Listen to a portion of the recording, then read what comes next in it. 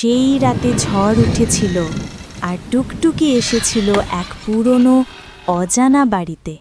ঘরটা নিঃশব্দ, কিন্তু তার ভেতরে লুকিয়েছিল কিছু অন্যরকম। আয়নায় দেখা যাচ্ছে টুকটুকিকে। ধীরে লাল চোখওয়ালা বিড়াল দেখা দিচ্ছে আয়নার ভেতরে। আয়নার ভেতরের বিড়াল আয়নার কাঁচে আঁচড় কাটছে। কাঁচ ফেটে যাচ্ছে। আয়না ফেটে গেল।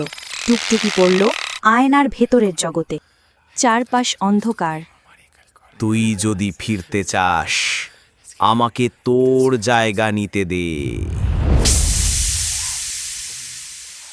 ভয় দেখিয়ে কেউ ফিরতে পারে না, সাহস দেখিয়ে পারে।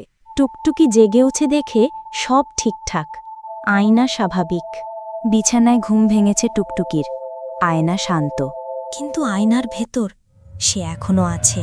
আয়নার মধ্যে লাল চোখ হঠাৎ জ্বলে ওঠে।